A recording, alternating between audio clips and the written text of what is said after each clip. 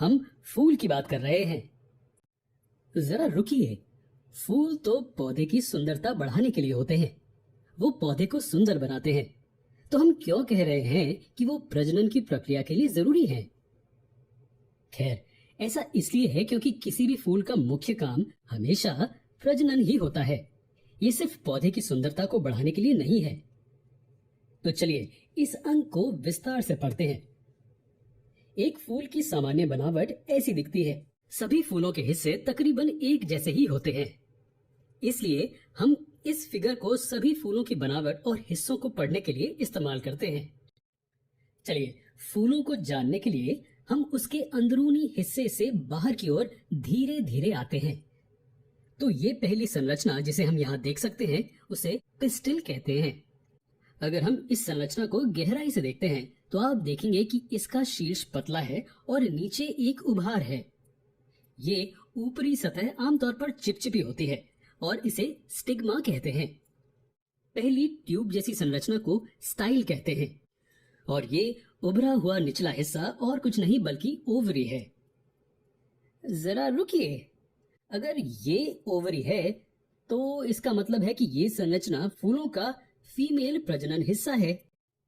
जी हाँ, फूलों में पिस्टिल फीमेल प्रजनन भाग होता है। तो क्या हमारा अगला भाग मेल रिप्रोडक्टिव भाग होगा?